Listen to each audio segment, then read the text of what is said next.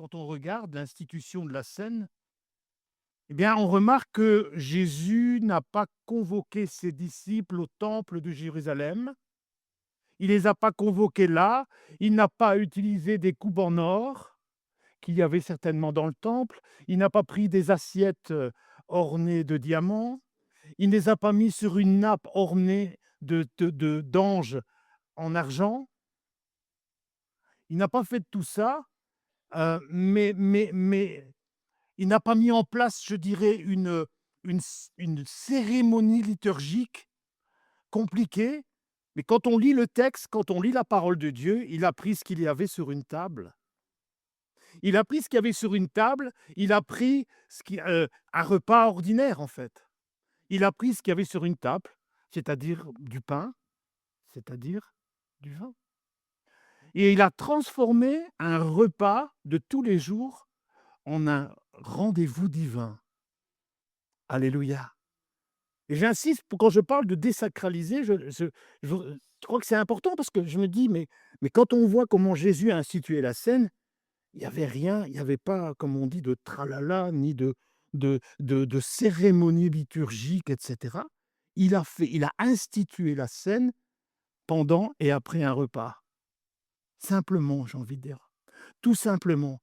Il a et c'est ça qui est beau dans l'institution de la scène, c'est que quelque part, il a sorti la spiritualité des temples pour justement l'amener dans le quotidien des hommes et des femmes. Et ça, moi, je trouve ça, extraordinaire. Et j'ai envie de dire, l'institution de la scène, c'est tout simplement ça. Amen. C'est tout simplement ça la scène. C'est un repas qu'il a institué, alors qu'il était là, la nuit avant d'être livré, il était là sur une, je dirais, une simple table. Je ne sais pas sur quel, type de chaise ils étaient, mais tout s'est fait simplement avec un repas tout simple. Alors, pourquoi Jésus a-t-il institué la scène? Pourquoi? Quel est le message central de la scène? Pourquoi Jésus a laissé ce message à l'Église? Et je pense que, comme nous allons le voir, c'est d'une importance, cruciale, pardon. On va lire un 1 passage dans la première épître de Paul aux Corinthiens, du verset 23 au verset 26, et il dit ceci: «Car j'ai reçu du Seigneur ce que je vous ai enseigné». Il a reçu du Seigneur. C'est ce que le Seigneur Jésus, dans la nuit où il fut livré, prit du pain et après avoir rendu grâce, le rompit et dit: «Ceci est mon corps qui est rompu pour vous. Faites ceci en mémoire de moi». De même, après avoir soupé, il prit la coupe et dit: «Cette coupe est la nouvelle alliance en mon sang. Faites ceci en mémoire de moi toutes les fois que vous en boirez. Car toutes les fois que vous mangez ce pain et que vous buvez cette coupe, vous annoncez la mort du Seigneur jusqu'à ce qu'il vienne». Alléluia.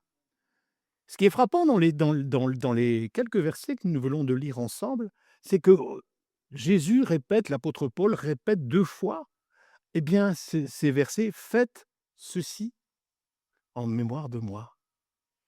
Eh bien, vous savez, dans la tradition biblique, quand on répétait le fait de répéter une phrase, quand on répétait une phrase, eh bien, ces mots avaient une très grande importance. Et c'était une manière de dire: «N'oubliez jamais». C'était parce que Jésus connaît le cœur humain et il le savait et il sait que le cœur humain, eh bien, il a tendance à vite oublier les choses. Nous avons, nous, par nature, cette tendance à vite oublier les choses à cause, des pressions de la vie, à cause de tellement de choses qui nous environnent. Et Jésus dit et l'apôtre Paul, bien sûr, il reprend les paroles de Jésus, il dit: «Faites ceci en mémoire de moi».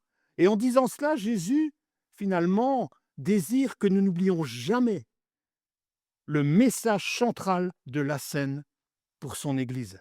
Et je pense qu'il l'a fait dans ce sens. Et nous allons voir ensemble que le message central de la scène, eh bien, il s'articule sur 3 dimensions. Et on va un petit peu les analyser pour que nous comprenions bien, en tant qu'enfants de Dieu, nés de nouveau, que nous comprenions bien le message central de la scène. Et la première dimension qui me semble d'une importance capitale, c'est la notion du pardon. Christ nous a pardonnés. Cette notion de la scène, ça a une dimension extraordinaire et particulièrement sur le pardon. Le pain qui est rompu, brisé, eh bien, ça représente quoi? Eh bien, ça représente son corps meurtri pour nos péchés. Et le vin représente son sang versé pour le pardon de nos offenses. Et ce pain et ce vin nous rappellent finalement le prix de notre liberté. C'est essentiel de bien l'assimiler ce soir. La scène, c'est se rappeler que tout est grâce. Le message central de la scène, c'est nous rappeler que tout est grâce, et si nous avons l'opportunité de pouvoir la partager et de pouvoir la prendre, c'est uniquement par grâce parce que Christ nous a pardonné. À cette table, personne ici dans ce lieu ne mérite sa place. À cette table, à la base, il n'y a personne d'entre nous ici qui mérite cette place. Et si nous avons, je dirais, la grande opportunité d'y participer, c'est uniquement par la seule valeur du sacrifice de Jésus. Toi. Alléluia. Il n'y a rien d'autre à ajouter, j'ai envie de dire. Je n'ai pas envie de rajouter pour rajouter.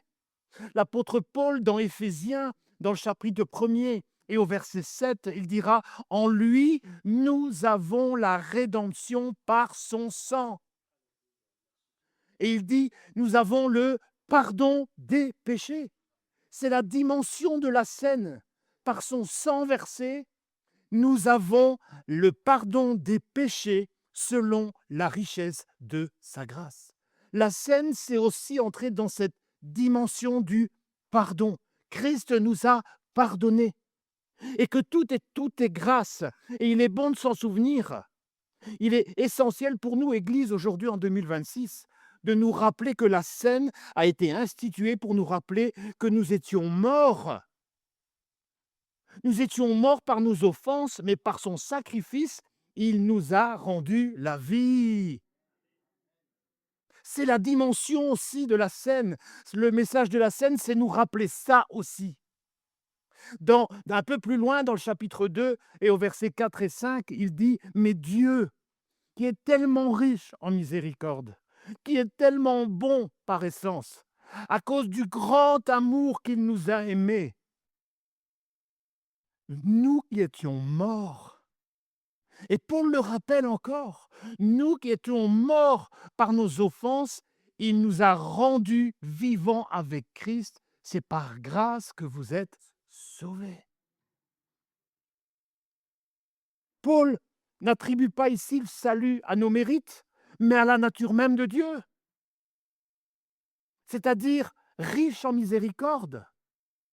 Son grand amour, c'est un amour sacrificiel et dont il nous a aimés. Et c'est ça, mes amis, là, le verbe est au passé. Dieu nous aimait déjà alors que vous et moi, nous étions rebelles. Dieu nous aimait déjà. Et ça, c'est extraordinaire, la notion de la scène, cette dimension du pardon, que Christ nous a rendus vivants, nous qui étions morts. Il y a une dimension extraordinaire du pardon, c'est sacrificiel. Alléluia. Ces versets-là révèlent une grande vérité, c'est que personne n'est meilleur qu'un autre. Tu n'es pas meilleur que celui qui est devant, derrière, à côté, devant toi, ou que sais-je. Il n'y a personne ici qui est meilleur et il n'y a personne ici qui est supérieur à un autre. C'est aussi la dimension de la scène. Nous sommes tous égaux, nous sommes tous des morts ressuscités par grâce. C'est ce verset-là, bienvenue, nous sommes tous des morts ressuscités. Bien sûr, par la grâce de Dieu. Et si nous sommes pleinement conscients, alors notre vie entière devient une réponse d'amour à son grand amour. Quand on comprend ça, quand on réalise que nous sommes des morts ressuscités par grâce, alors notre vie entière devient une réponse d'amour à l'amour merveilleux de Dieu. Et ça m'amène quelque part maintenant à cette deuxième dimension. On a parlé du pardon, nous avons été pardonnés, mais la scène, c'est nous rappeler aussi que derrière la scène, il y a une dimension d'unité. L'unité. L'apôtre Paul, dans le chapitre 10, au verset 17, il dit: «Puisqu'il y a un seul pain, nous qui sommes plusieurs, nous formons un seul corps». Saint-Esprit, ouvre notre intelligence pour comprendre cette dimension-là. Nous, puisqu'il y a un seul pain, nous qui sommes plusieurs, nous formons un seul corps, car nous participons tous à un même pain. Waouh! Nous formons un seul corps. Mes amis, partager la scène, c'est déclarer que nous sommes égaux au pied de la croix. Il n'y a personne de meilleur. Paul dit aussi que nous sommes plusieurs. Qu'est-ce qu'il veut dire quand il dit nous sommes plusieurs? Eh bien, lorsque l'apôtre Paul dit nous sommes plusieurs, ça veut dire que dans une église, dans une église locale, eh bien, nous venons tous d'horizons différents. Nous venons tous de cultures différentes. Nous venons tous de milieux sociaux différents. Il y a des couleurs différentes dans l'assemblée. Et c'est ça qui fait la beauté d'une église. C'est sa diversité de couleurs. C'est sa diversité de culture. Et Paul ici, nous qui sommes plusieurs, il y a cette diversité. Mais au travers de cette diversité, nous formons un seul et même corps. La dimension de la scène, c'est nous rappeler cette unité. C'est cette unité.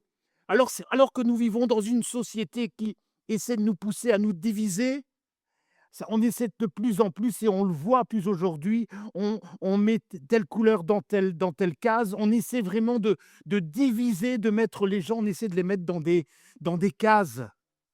Mais la parole de Dieu, au contraire, elle nous dit que malgré cette complémentarité, eh bien, nous sommes unis en lui. Est-ce qu'on peut la notion de la scène, c'est ça aussi.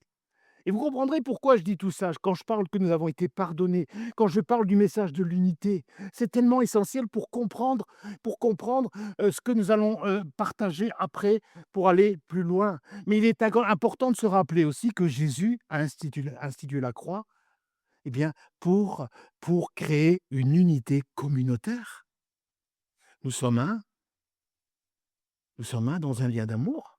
Mais de Jésus, dans sa prière, il dit que le monde voit que nous sommes un.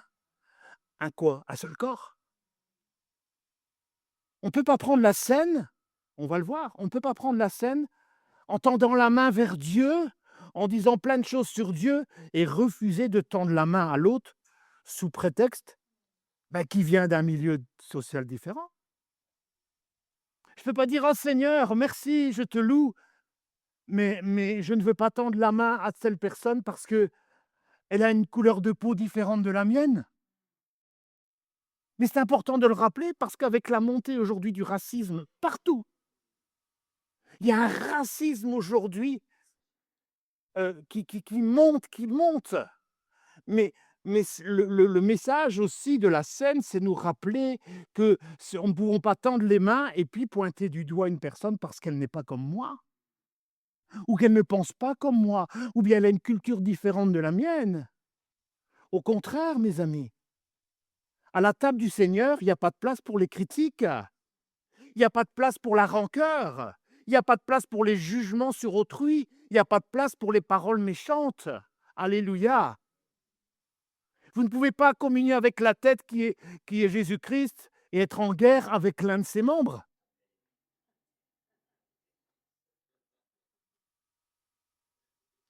Nous sommes un corps. La tête, c'est Christ. Si je peux pas, la tête, elle ne peut pas commencer à se disputer avec un des membres quand même. Alors cette dimension-là, cette dimension de l'unité est pour moi d'une importance capitale. Et c'est capital de bien comprendre ça pour la suite que nous allons partager ensemble. Et c'est pourquoi je vais insister sur ces trois dimensions, le pardon, l'unité et puis en même temps l'espérance. En préparant ce message, je relisais une parole de Jésus dans Matthieu 26 et au verset 29. Et nous connaissons cette parole. Il dit, je vous le dis, je ne boirai plus désormais de ce fruit de la vigne jusqu'au jour où j'en boirai de nouveau avec vous dans le royaume de mon Père. En déclarant ces paroles, eh bien, quand Jésus dit: «Je ne boirai plus du fruit de la vigne, avant l'avènement du royaume de Dieu», eh bien, j'ai envie de dire qu'ici, Jésus est en train de lancer un cri de victoire. Il est en train de lancer des paroles triomphantes, je dirais. Et chaque scène que nous partageons ensemble, dimanche après dimanche, ça devient comment dirais-je? J'ai envie de dire, une avant-première du grand banquet céleste qui nous attend. Le message de la scène, c'est aussi un message d'espérance, parce que nous qui prenons chaque semaine la scène ici sur terre, eh bien, nous le prenons parce que nous savons qu'un jour, nous le prendrons avec lui, parce qu'il dit: «Je en boirai de nouveau avec vous». Mais puis sur terre, dans le royaume de mon Père. Amen. Cette parole de Jésus rappelle une grande certitude qui est important de rappeler, c'est que Jésus revient bientôt. Et c'est ça que j'aime beaucoup. La scène, c'est aussi un message d'espérance, parce qu'un jour nous boirons et mangerons avec lui dans son royaume. Alléluia, gloire à Dieu, gloire à Dieu. Alors bien sûr, Jésus ne parle pas de sa mort comme d'une défaite ici, mais il parle de sa mort ici comme un passage. Parce qu'il dit: «Voilà, je ne boirai plus, mais un jour je le reprendrai». Donc ça veut dire que il ne voit pas ça comme une défaite, et il ne faut pas voir ce verset-là comme une défaite, mais au contraire comme un passage. Il projetait déjà ses disciples. Il projetait vers un repas glorieux: «Je le prendrai avec vous et avec nous qui sommes là ce soir». Je crois que c'était important de bien comprendre ça. C'est important, en commençant cet enseignement, de nous rappeler ces choses-là, pour que nous puissions, comme je le disais, saisir après et mieux saisir les choses qui vont venir après. Alors nous allons voir maintenant les conditions pour pouvoir accéder à la table du Seigneur. On y va? Ici, c'était un avant-goût, c'était l'apéro. Ceci dit, tout ce que je dis ici, pour la plupart, nous le connaissons, mais c'est important que nous puissions la vivre dans la dimension. Alléluia, alléluia. On va prendre un premier passage, mais on continue le verset, j'ai envie de dire, d'un Corinthien. Un Corinthien, chapitre 11, au verset 27, Paul dit ceci. Il dit: «C'est pourquoi celui qui mangera le pain, celui qui n'aura pas compris», je paraphrase, «celui qui n'aura pas compris qu'il a été pardonné de Christ, celui qui n'aura pas compris que, eh bien, qui n'a pas compris l'importance de l'unité du corps et que nous formons un seul corps, celui qui boira et qui mangera le pain indignement sera coupable envers le corps et le sang de Christ». Vous savez, il y a dans la Bible des mots qui devraient vraiment nous faire trembler. Il y a des mots qui devraient nous faire trembler quand même, qui devraient faire trembler nos âmes, non pas pour nous faire peur, mais pour nous amener à revenir à la crainte de Dieu. Le verset 27 contient, à mon sens, je dirais, une mise en garde quand même redoutable, affirmant que profaner, quand on analyse bien ce verset-là, eh bien, on voit que c'est une mise en garde sur le fait d'affirmer, de profaner, pardon, la Sainte Seine, vraiment. Et en fait, il compare en disant que profaner la Sainte Seine équivaut à se rendre complice des souffrances et de la mise à mort de Christ. Vous avez déjà un petit peu plongé dans ce verset-là.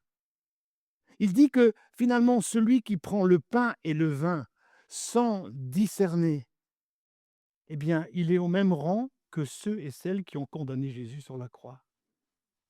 Il est au même rang que les bourreaux de Jésus.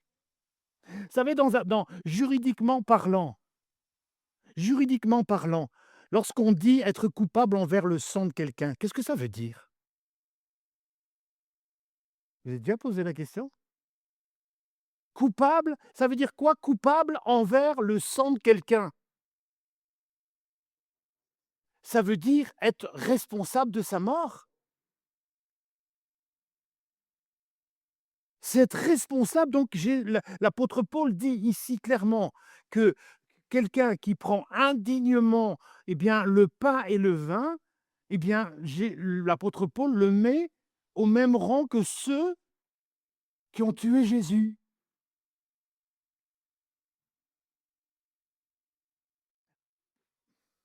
Vous savez, Paul, moi, ce que j'aime chez Paul, moi, je suis très paulinien, parce Paul, lui, il va pas voir 4 chemins.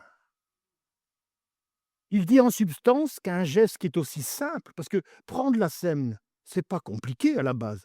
Vous prenez un morceau de pain, vous buvez une goutte de vin ou une goutte de raisin, mais c'est un geste simple.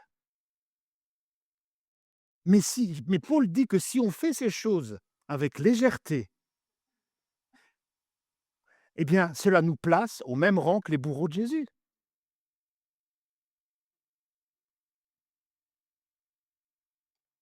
Alors qu'est-ce que Jésus, l'apôtre Paul voulait dire, qu'est-ce que ça veut dire prendre le pain et le vin indignement? Vous êtes déjà posé la question? Tout d'abord, la Bible ne nous dit pas, et c'est important de le relever, qu'il faut être parfait pour prendre la scène. Bienvenue au club. Jésus n'a jamais dit: «Il faut être parfait, vous devez vraiment être, au top des tops pour prendre la scène». Certainement pas. Sinon, il y a personne qui pourrait s'approcher de la table ce soir, enfin dimanche, personne. Notre seule dignité réside dans la grâce de Dieu. Alléluia, c'est tout. Le mot indignement, ça met en avant plutôt la manière, c'est une attitude de cœur. C'est la manière dont nous percevons, c'est la manière dont nous allons, la manière d'agir, c'est vraiment une question, une attitude de cœur. Comme par exemple, prendre la scène par habitude religieuse. Si je prends la scène parce que c'est la scène, parce que c'est dimanche, et que je prends le pain, et que je prends le vin, comme ça, d'une manière totalement religieuse, sans prendre conscience de l'horreur du péché qui a nécessité un tel sacrifice de Jésus-Christ, ça, c'est prendre la scène indignement. C'est dire qu'on n'est pas dans cette dimension du sacrifice de Jésus. C'est venir à la table avec beaucoup de légèreté, comme pour dire: «Bah, ton fils est mort, oh Dieu, ton fils est mort, son sang a coulé, mais ça n'a pas d'importance à mes yeux, je vis ma vie comme je l'entends». C'est un peu ça.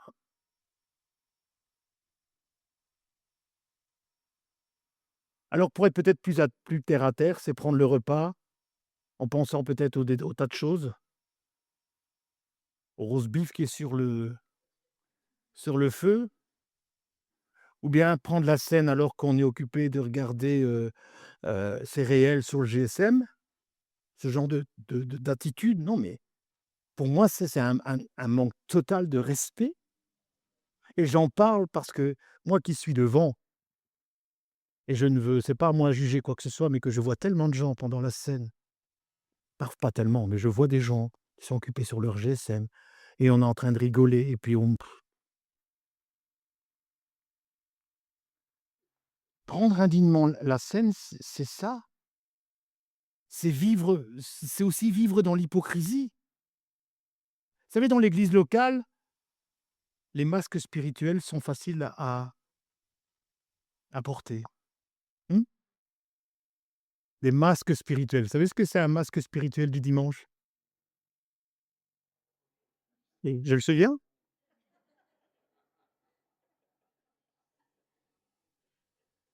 Vous savez, on peut sourire et dire à quelqu'un: «Oh, sois béni mon frère, sois béni ma sœur», et avoir de l'amertume et avoir de la rancœur envers une personne.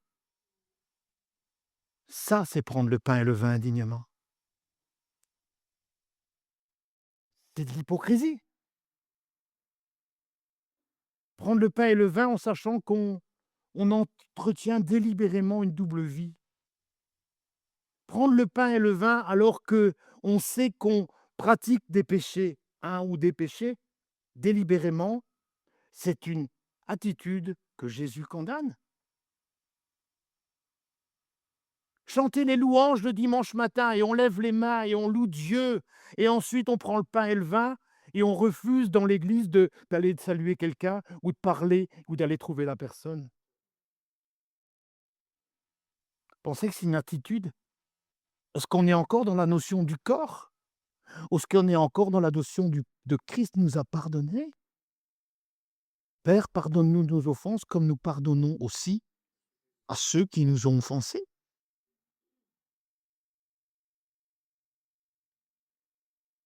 Chanter les louanges, refuser de parler à telle personne, entretenir des préjugés raciaux. Je reviens encore sur cette notion de racisme, parce qu'on la retrouve malheureusement beaucoup aussi dans les églises. Des préjugés sociaux, tout ça, c'est être coupable envers le corps et le sang de Christ. Nourrir de la haine, de la rancœur, des querelles ou du mépris. Tout ça, mes amis, c'est d'ailleurs, ce sera aussi un sujet dans l'avenir aussi dans des enseignements, ce sera aussi comment gérer les conflits. Mais je pense que l'hypocrisie, il faut faire attention à ça. Et puis, il y a aussi le paraître spirituel. Vous savez ce que c'est ça? Le paraître spirituel. C'est-à-dire qu'on communie uniquement pour se donner une bonne image de soi. Vous savez: «Tu vu tel frère là ou telle personne, elle a pas pris la scène». Mais non, on rigole, mais ça marche comme ça. «Ah, tu vu? S'il prend pas la scène, c'est qui, dans mon avis, a péché derrière, l'a caché». Mais on rigole. Je crois que les rires veulent dire beaucoup de choses. Pas ici, peut-être. Parce qu'on veut paraître bon chrétien. C'est un peu comme dans la parabole du pharisien et du publicain. «Seigneur, je te loue que je ne suis pas comme eux. Moi, je donne ma dîme. Moi, je donne ça. Moi, je fais ça. Moi, je fais mes prières. Moi, ci, moi là, moi là». C'est vrai, il y a cette notion du paraître. On veut montrer que, mais tout ça, pour moi, c'est indigne. Pour moi, c'est pas digne. C'est pas digne de faire des choses comme cela. C'est en fait faire des choses comme ça, c'est instrumentaliser le sacrifice de Jésus-Christ. C'est pour nourrir son propre orgueil. On veut montrer qu'on est des bons chrétiens, donc je prends la scène. Je la prends pour montrer que dans ma vie à moi, tout va bien, mais par contre toi, non toi, enfin, toi tu as pas pris la scène, donc c'est que, me le demande. À mon avis avec Brigitte, ça doit pas trop bien marcher, hein? Ça marche pas comme ça dans les églises, hein? Ben non. Non, non, non, non, non. Vous voyez un petit peu, prendre la scène indignement, c'est tout ça. C'est tout ça. C'est avoir une attitude qui est pas juste à la lumière de la parole de Dieu.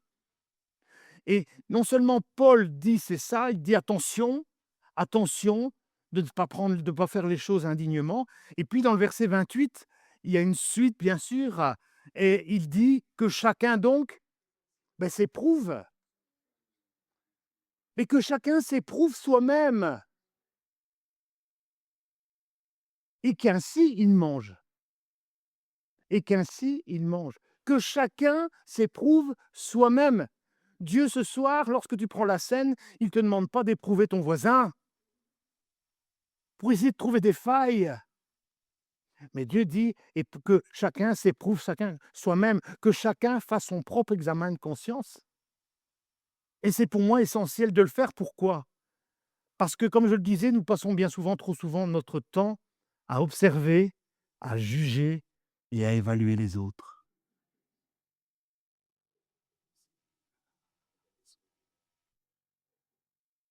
Or, la parole de Dieu nous invite à inverser le regard. Arrête de regarder à gauche et à droite, regarde en toi-même. Or, que chacun s'éprouve soi-même. Vous savez, il est facile de se croire juste en se comparant aux pires défauts des autres. Or lui ou elle a tellement de défauts, elle a tellement de c'est vraiment une perte.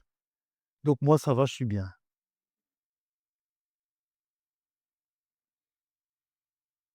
Non, le Seigneur nous engage à prendre chacun, chacune notre responsabilité. Dieu ne nous demandera pas des comptes sur la vie de ton voisin. Dieu va demander des comptes sur ta propre vie à toi. Ouais, mais lui, Seigneur, t'as vu? Ben ouais, mais attends, lui et elle, là, tu vu? Moi, je connais sa vie, tu sais? Et elle prend la scène. Mais franchement, alors si elle, elle peut prendre la scène, alors moi,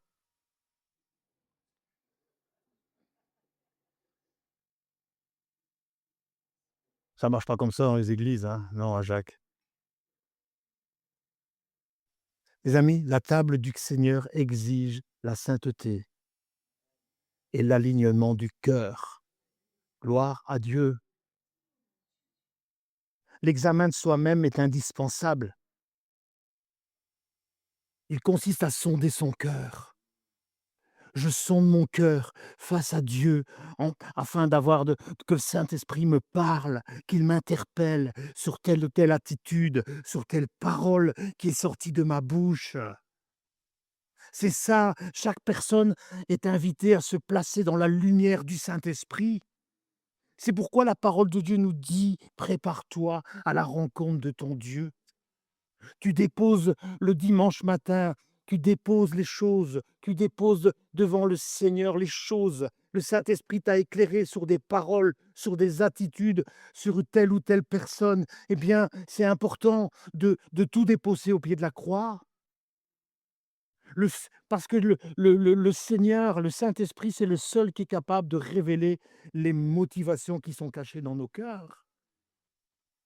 L'orgueil, la rancœur, le mensonge, toutes ces choses-là, non pour condamner, mais pour les livrer à la grâce de Dieu. Amen. Alléluia. La parole de Dieu nous oblige à faire quelque part, à nous arrêter et nous dire: «Mais regarde, arrête-toi, regarde ton cœur». Est-ce qu'on fait ça? Dans le psaume 139, vous connaissez bien, c'est David qui dira ça. Il dit: «Sonde, ô Dieu, et connais mon cœur». Seigneur, sonde mon cœur, connais-le et montre-moi. Éprouve-moi et connais mes pensées. Verset 24. Regarde si je suis sur une mauvaise voie et conduis-moi sur la voie de l'éternité. Moi, je pense qu'en tant qu'enfant de Dieu, il est indispensable de nous présenter à la lumière du Saint-Esprit afin qu'il révèle les motivations cachées dans notre cœur. Elle nous oblige vraiment à faire une pause et nous dire: «Arrête-toi, regarde où tu en es. Est-ce qu'il y a un pardon que tu refuses d'accorder à quelqu'un? Est-ce qu'il y a suis-je en paix avec mon prochain?» Je crois que c'est des questions essentielles. Est-ce que je suis en paix avec mon prochain? Y a-t-il un péché, Seigneur, que je cache, que je ne suis conscient ou pas, ou inconscient même? Là encore, ces questions ne sont pas là pour nous condamner, mais elles sont là pour nous libérer. Parce que Christ, il ne veut pas notre condamnation, il veut notre libération. Et le fait, lorsqu'on est, et on va le voir après, lorsqu'on est capable de pardonner, c'est libérateur. Si tu nourris de l'amertume, si tu nourris de l'amertume ou du mépris envers une personne de l'assemblée ou en dehors, et cet examen finalement te montre que tu dois aller vers la personne et te réconcilier et trouver une entente. Jésus, qu'est-ce qu'il va dire dans Matthieu 5? Il va dire, Matthieu 5, si donc tu présentes ton offrande, si donc tu présentes ton offrande, il ne parle pas ici d'argent uniquement. Si donc tu présentes ton offrande à l'autel et que tu te souviennes que ton frère a quelque chose, ta sœur a quelque chose contre toi, tu pourrais te dire: «Oui, mais bon, ça me» attends, tu pourrais dire: «Oui, mais ça ne me concerne pas, c'est la personne qui a quelque chose contre moi».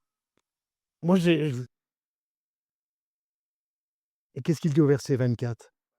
Eh beh, laisse ton offrande et va d'abord te réconcilier avec ton frère. Combien de fois dans nos églises on prend la scène alors qu'on a des problèmes qui ne sont pas réglés avec d'autres?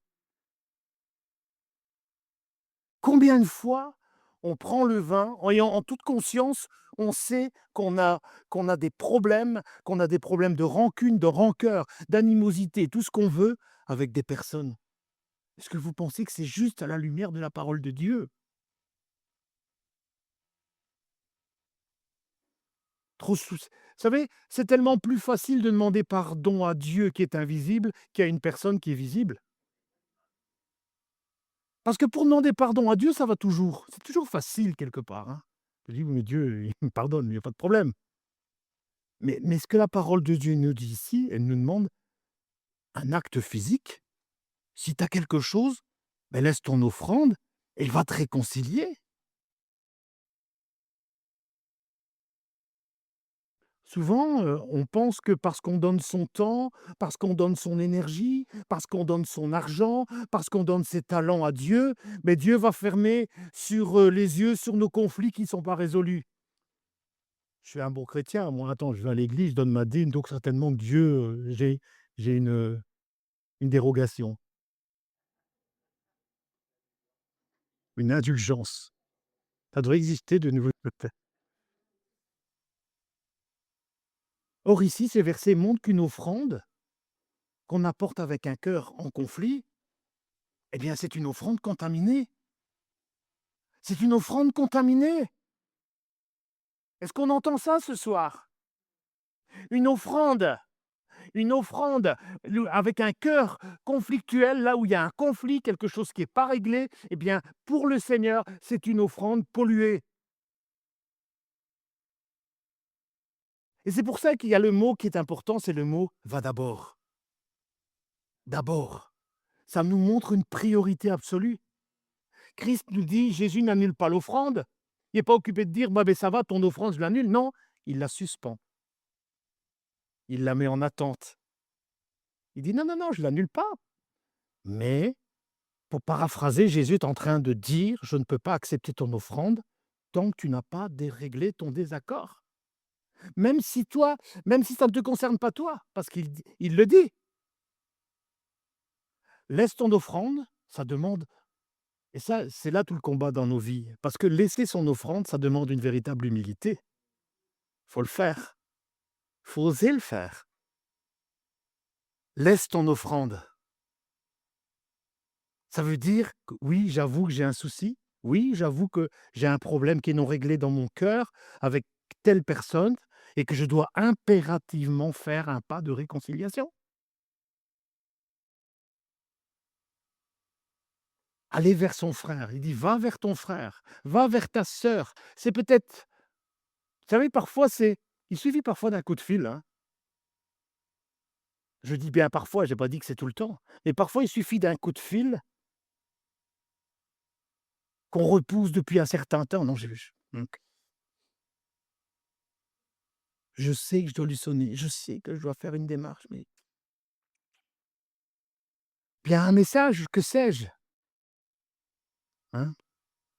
Alors comme je l'ai dit, notez bien que Jésus dit: «Si ton frère a quelque chose contre toi», je dirais que même si vous estimez n'avoir rien fait de mal, mais vous savez que l'autre a été blessé à cause de vous, parce qu'il y a un conflit là, eh bien Jésus montre ici que la responsabilité de faire le premier pas nous incombe.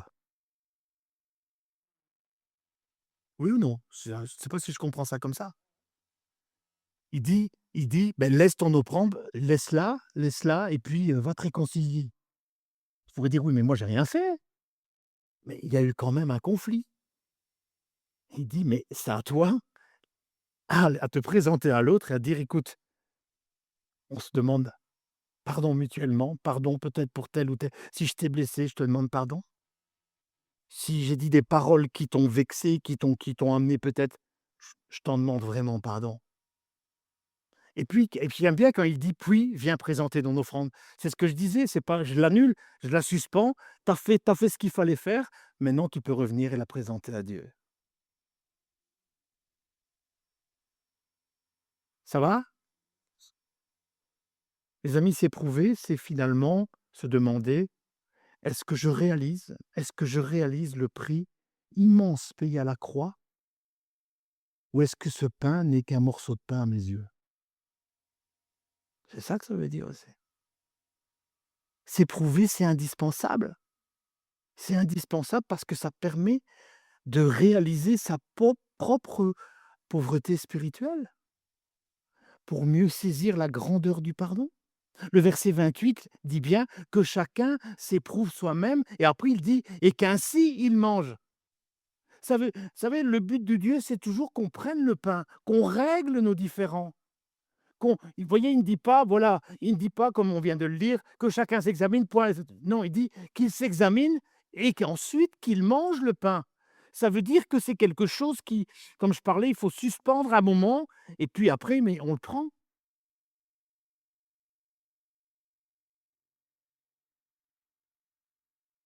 Cet examen, ce n'est pas comme un obstacle. Jésus n'exclut personne. Cet examen-là que l'apôtre Paul ici relève, c'est pas pour nous exclure, mais c'est plutôt un chemin, voilà, pour recevoir Christ avec un cœur brisé et reconnaissant. Le but, c'est toujours de nous ramener à lui. Jésus n'est pas là qu'un fouet ou bien que sais-je pour nous, et il nous attend pas au tournant. Il nous dit: «Mais règle les choses et puis on va de nouveau présenter ton offrande». Amen. Pourquoi je dis ça? Pourquoi c'est important? Pourquoi je parle de que Jésus n'exclut personne? Pourquoi? Parce que le diable, justement, lui, mais il va utiliser cet examen pour nous dire: «Bah, regarde tes fautes, regarde tes péchés. Mais non, tu es pas digne, tu peux pas prendre la scène, tu ne peux pas, tu dois rester loin de la table, tu peux pas. Tes péchés sont trop grands, tu non, ça pas la peine d'aller trouver la personne, elle va t'envoyer promener», et vous savez les scénarios dans les têtes et cetera, et on est parti, on est parti, on est parti, et c'est pour ça que Jésus n'exclut personne. Alléluia. Il nous demande de régler les choses, et lorsqu'on réalise ces choses, alors on est en chemin, on est sur le chemin de la confession et de la repentance. Si notre examen de conscience révèle des péchés, si votre examen de conscience révèle des péchés, qu'est-ce que vous allez faire? Il faut les confesser. Il faut les confesser immédiatement au Seigneur. Il faut réclamer son pardon et bien sûr, marcher de nouveau dans ses voies. On va lire un verset qu'on connaît, mais vous avez à cœur de le mettre, c'est toujours bien de le mettre, hein, Jean 1,9. Si nous confessons nos péchés, non seulement il nous pardonne, mais il nous purifie.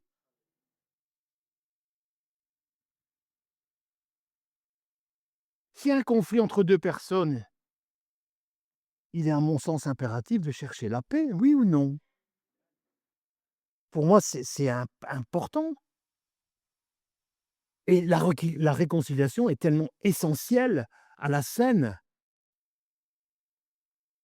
et parfois c'est important, parfois c'est peut-être difficile, mais moi je vous invite aussi, quand il y a des choses difficiles, il faut en parler à des personnes de confiance, des personnes avec qui vous êtes sûr que vous pourrez prier, qui vous apporteront des paroles qui vont vous encourager à aller dans ce sens. Parfois tout seul, c'est pas facile, parce que parfois les conflits sont profonds, parfois les situations sont compliquées, et nous avons besoin d'aide. Alléluia, et il faut en parler. Moi, j'encourage dans ce sens. Donc, vous voyez l'importance de de de de bien de bien mettre tout à la lumière de la parole de Dieu. Et puis dans le verset 29, on continue, regardez ce qu'il dit: «Car celui qui mange et qui boit sans discerner Là, on va encore plus loin, là. Il dit: «Car celui qui mange et boit sans discerner le corps du Seigneur, eh bien, il mange et boit un jugement contre lui-même». Ouh! Paul, ici, il emploie le verbe discerner. Et le verbe discerner signifie quoi? Mais ça veut dire distinguer, ça veut dire évaluer la chose. On évalue, c'est faire le tri, il y a une séparation. C'est vraiment ça, c'est faire le tri. C'est comment en l'occurrence, dans le cadre de la scène, c'est ne pas discerner, signifie ne pas faire la différence entre un repas spirituel et un repas ordinaire. C'est traiter ce qui est divin avec légèreté, c'est ça que ça veut dire. Et puis il parle de discerner le corps de Christ, le corps du Seigneur. Paul parle ici de 2 réalités spirituelles qui sont d'une importance capitale. Le premier, c'est le corps sacrificiel de Christ. J'en ai parlé, mais j'en reparle encore maintenant. Il dit, c'est reconnaître que le pain représente le corps de Jésus brisé à la croix pour nos péchés. Et s'en approcher sans repentance, c'est une insulte à sa grâce. C'est une insulte à sa grâce. Et la deuxième réalité, c'est quoi? Eh bien, c'est le corps en tant qu'Église. Je reviens à ce fameux verset qu'on a lu tantôt. Nous formons un seul corps. Discerner le corps, c'est aussi reconnaître discerner le corps, c'est aussi reconnaître Christ dans ton frère. C'est reconnaître Christ dans ta sœur.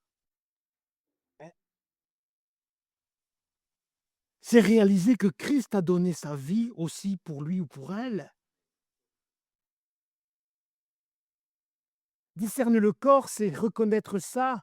Et là encore, si quelqu'un prend la scène et s'il y a de la rancune, s'il a de l'amertume, s'il a de la rancœur, eh bien, il ou elle fait du tort à Christ. Tu fais du tort à Christ. Et Paul dit clairement qu'une telle attitude attire un jugement. Est-ce qu'on peut, on peut comprendre ça? Comprendre spirituellement ça? Dans discerner le corps, c'est discerner, c'est reconnaître Christ dans son frère et dans sa sœur.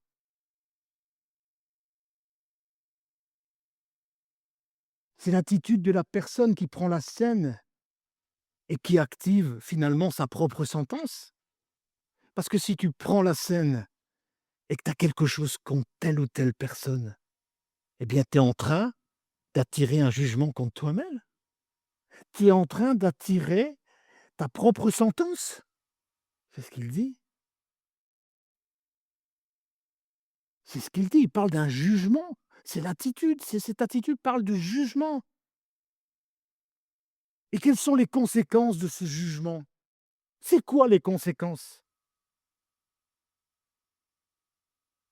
Alors, vous êtes prêts? Vous êtes prêts?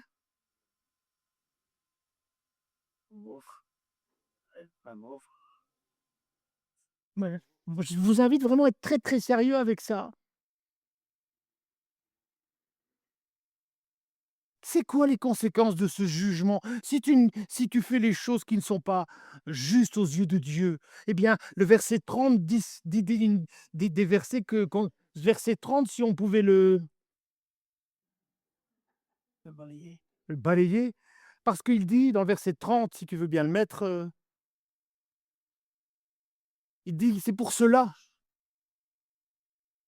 parce que tu prends le pain et le vin, alors que tu sais dans ton cœur que tu as tel ou tel problème non réglé avec telle ou telle personne, parce que tu n'as pas compris le sens du pardon, que toi tu as été pardonné, parce que tu n'as pas compris le véritable sens de l'unité, l'unité du corps, le corps de Christ, un seul et même corps. Parce que tu as pas compris ça, tu as pas discerné ces choses-là, eh bien, tu attires un jugement contre toi-même. Et ce jugement, il en parle et il dit: «C'est pourquoi il y a parmi vous beaucoup d'infirmes, il y a des malades et qu'un grand nombre sont morts». Paul dresse ici une liste de graduations de jugement. il parle des infirmes, il parle de malades et il parle de morts.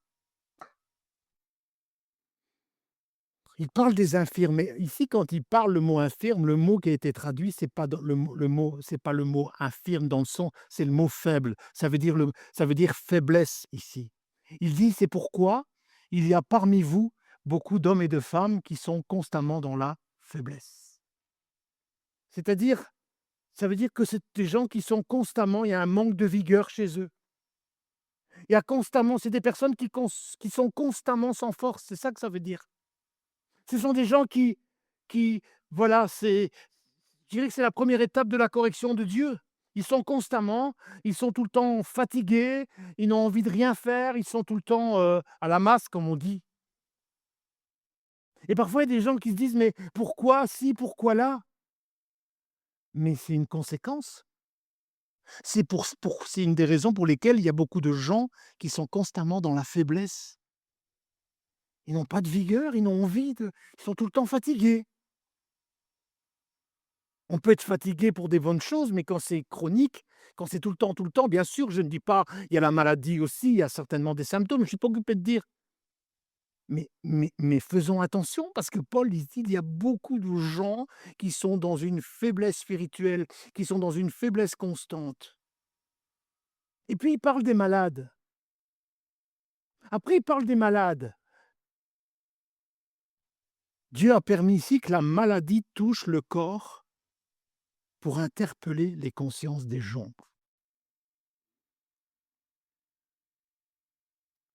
Bien que la maladie ne soit pas systématiquement le produit d'un péché, on est d'accord? Elle était dans ce cas précis à Corinthe la conséquence directe de leur profanation. Et j'ouvre une petite parenthèse par rapport à la guérison, mais ce n'est pas le thème ce soir, mais parfois je me pose des questions par rapport à la guérison. Je me dis, parfois il y a des personnes, on prie pour eux, on leur impose les mains, on leur fait l'onction d'huile, on leur fait, enfin, on fait ce que la Bible nous demande de faire et il ne se passe jamais rien. Et je me pose la question quand je lis ce verset-là, que si c'est une maladie, jugement de Dieu, est-ce que vous pensez que la personne va être guérie? Je pose la question, moi je s'il dit c'est pourquoi c'est dans le verset 30, il parle des conséquences quand on fait mal les choses, je dirais. C'est pourquoi il y a parmi vous beaucoup de malades. Alors posons-nous la question, parfois les maladies sont liées au fait que tu refuses de pardonner à quelqu'un? Vous voyez que c'est possible? Bah oui. Parce que tu as de la rancune, parce que tu as des problèmes qui ne sont pas réglés à quelqu'un et que tu as pris la scène en ne discernant pas, je ne vais pas revenir tout sur ce que j'ai dit, parce que tu as pas saisi la profondeur du sens de la scène et que tu as fait les choses avec légèreté, tu as attiré un jugement contre toi-même. Et j'ai envie de dire la sentence, c'est la maladie.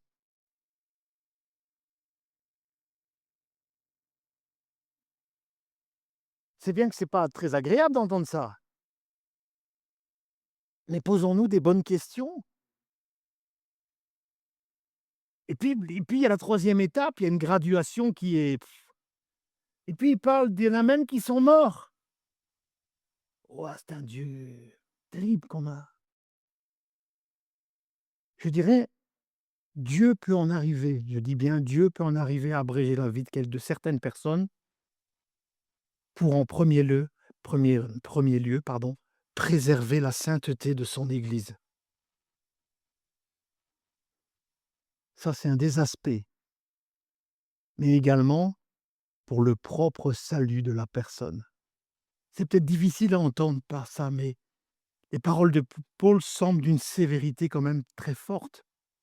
Mais il est essentiel de lire le verset 30 à la lumière du verset 32. On ne peut pas lire le verset 30 sans lire le verset 32. Je pense qu'il y a vraiment une similitude. Si tu veux bien mettre le verset 32, il dit: «Mais si nous sommes jugés et corrigés par le Seigneur, afin que nous ne soyons pas condamnés avec le monde. Ça veut dire que Dieu nous corrige parfois, il va même parfois jusqu'à abréger la vie pour que ces personnes finalement ne s'enlisent pas dans le péché, dans des choses qui va les comment dirais-je? Qui va les détourner du salut qui paie. Eux vont sortir du salut. Parce que j'ouvre une parenthèse, Christ ne retire jamais son salut. C'est nous qui sortons de son salut. Et parfois, Dieu abrège la vie de personnes parce qu'il sait que s'il les laisse, eh bien, ils risquent de sortir du salut. Je ne sais pas si, peut-être que vous ne serez pas d'accord avec moi, hein. La maladie ou la mort physique, rappelez, n'ont pas pour objectif d'envoyer les chrétiens en enfer. Oh, nous qui sommes jugés, corrigés, c'est une correction de Dieu parfois. C'est difficile de comprendre que Dieu peut enlever la vie à quelqu'un pour nous corriger, pour que nous ne soyons pas condamnés avec le monde.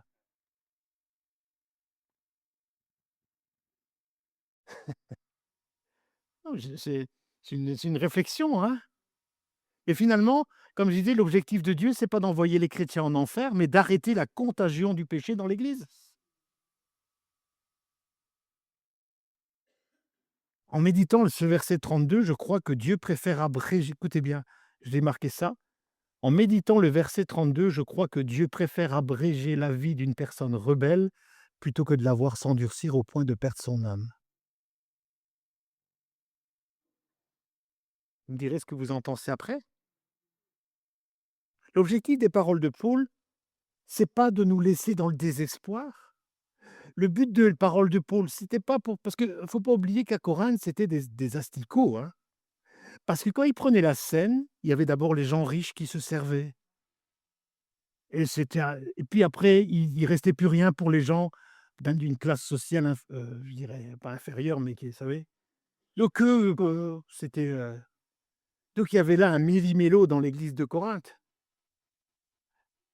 Mais là encore, ces paroles ne sont pas là pour nous laisser dans le désespoir et dans la peur. Et c'est pour ça que j'ai mis le verset 31 après, parce qu'il dit, Paul dit ceci, il dit: «Et si nous commencions par nous examiner nous-mêmes». Vous voyez, il rappelle encore: «Nous éviterions de tomber sous le jugement de Dieu». Donc Paul ici est en train, c'est encore quelque part une issue de secours, j'ai envie de dire, en disant: «Mais mes enfants, faites les choses correctement avec Dieu, s'il vous plaît. Si vous avez des conflits, si vous avez des problèmes, mais réglez-les. N'essayez pas de passer meilleur que d'autres en prenant la scène alors que vous avez des problèmes avec d'autres personnes. Vous êtes en train d'attirer des problèmes sur votre vie». Et c'est pourquoi il dit: «Si nous commencions à nous examiner nous-mêmes, nous éviterions de tomber sous le jugement de Dieu». Examinons nous-mêmes avant de regarder son voisin. Et s'il y a un conflit, beh, demandez pardon et réconciliez-vous. Alors je sais que c'est pas facile. Aimer ses ennemis, c'est pas c'est pas populaire. Or, c'est la parole de Jésus. Non seulement tu dois aimer ton ennemi, mais tu dois aimer aussi ceux et celles qui te persécutent. Mais j'aimerais rappeler que tout ça, c'est un processus, c'est un travail du Saint-Esprit en nous qui permet à un moment donné d'aller trouver la personne qui t'a fait horriblement mal et que le Saint-Esprit conduit les choses. Le pardon, c'est un processus. C'est pas parce que la Bible dit ça qu'il faut instantanément aller faire ça. Si ton cœur n'est pas prêt à ça, ben, c'est pas un vrai pardon. Examinons-nous nous-mêmes. Si on comment Paul, c'est pour ça que j'ai mis en français courant parce qu'il dit: «Bon, moi j'ai pas en», c'est comme si Dieu disait: «Mais moi j'ai pas envie de vous condamner. Moi j'ai pas envie même de reprendre des vies s'il le faut pour que vous ne soyez pas, mais j'ai pas envie de faire ça parce que Dieu est amour. Mais si à un moment donné je vous donne des instructions, mais que vous faites ça avec légèreté, ben, commencez par vous examiner. Ne regarde pas ton voisin, regarde-toi à toi-même, afin de ne pas tomber. sous le jugement de Dieu. Alors, de grâce, le but de cet enseignement, et je le réinsiste, c'est pas de faire fuir la scène. J'ai pas fait cet enseignement pour dire: «Oh, dimanche, il y en a 5 qui prennent la scène, ça va être top». Le but, c'est pas que sur votre restez sur votre chaise en étant: «Qu'est-ce qui va me tomber dessus?» Le repas du Seigneur reste et restera toujours une table de grâce. Alors ne mangeons plus le jugement, mais mangeons la vie. Alléluia. Et approchons-nous de cette table avec tremblement et respect pour la sainteté de Dieu. Alléluia. Alléluia. Et si on applique ça, si on applique tout ce qui vient d'être dit, si on applique ces choses-là, eh bien, alors la scène nous ouvre des, des perspectives spirituelles extraordinaires. Et là aussi, nous avons besoin de redécouvrir. On va lire un passage dans Ésaïe 53, au verset, il dit: «Cependant, ce sont nos souffrances qu'il a portées, ce sont nos douleurs qu'il s'est chargé. Et nous l'avons considéré comme puni, frappé de Dieu et humilié.» Verset 5. «Mais il était blessé par nos péchés, brisé par nos iniquités. Le châtiment qui nous donne la paix est tombé sur lui. Et c'est par ses meurtrissures que nous sommes guéris.» Les amis, à la croix, Jésus n'a pas seulement effacé nos péchés, mais il a pris aussi nos souffrances. Il a pris nos souffrances actuelles. Amen. Il a pris sur lui nos souffrances, nos maladies et nos traumatismes pour nous offrir une restauration totale. C'est ça que ça veut dire. Et quand vous tenez le pain, quand vous tenez le pain de la scène, lorsque le dimanche, on passe dans les rangs et qu'on vous donne le pain, vous ne tenez pas seulement un symbole, mais vous tenez le remède de Dieu pour toutes les infirmités, les maladies. Ou, je vais le redire, peut-être que j'ai pas dit assez fort.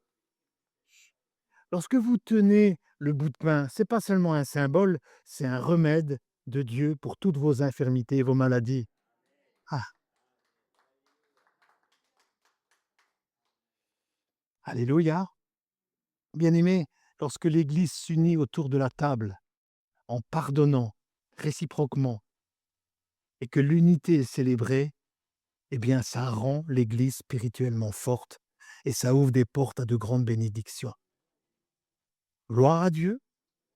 Vraiment que le Seigneur ce soir nous interpelle sur ces choses-là, que le Saint-Esprit puisse nous amener à ce que justement on puisse régler nos différends, régler les choses qui doivent être réglées. Ça prendra le temps qu'il faut, mais de grâce. N'écoutez pas la voix de l'ennemi qui vous dit: «Non, non, non, non, non, c'est plus la peine, tes péchés sont trop grands. Non, non, non, t'inquiète, cette personne, elle voudra jamais ton pardon», et cetera. Non, non, non. Mes amis, écoutez la voix de Dieu ce soir. Écoutons ce que le Saint-Esprit nous dit, ce que la parole de Dieu nous dit. Laissons-nous inspirer par elle, afin que nous puissions être ensemble. Et une église, croyez-moi, une église qui est en paix, une église qui est capable de se réconcilier, alors c'est une église qui est en perpétuelle croissance. Amen. Alléluia.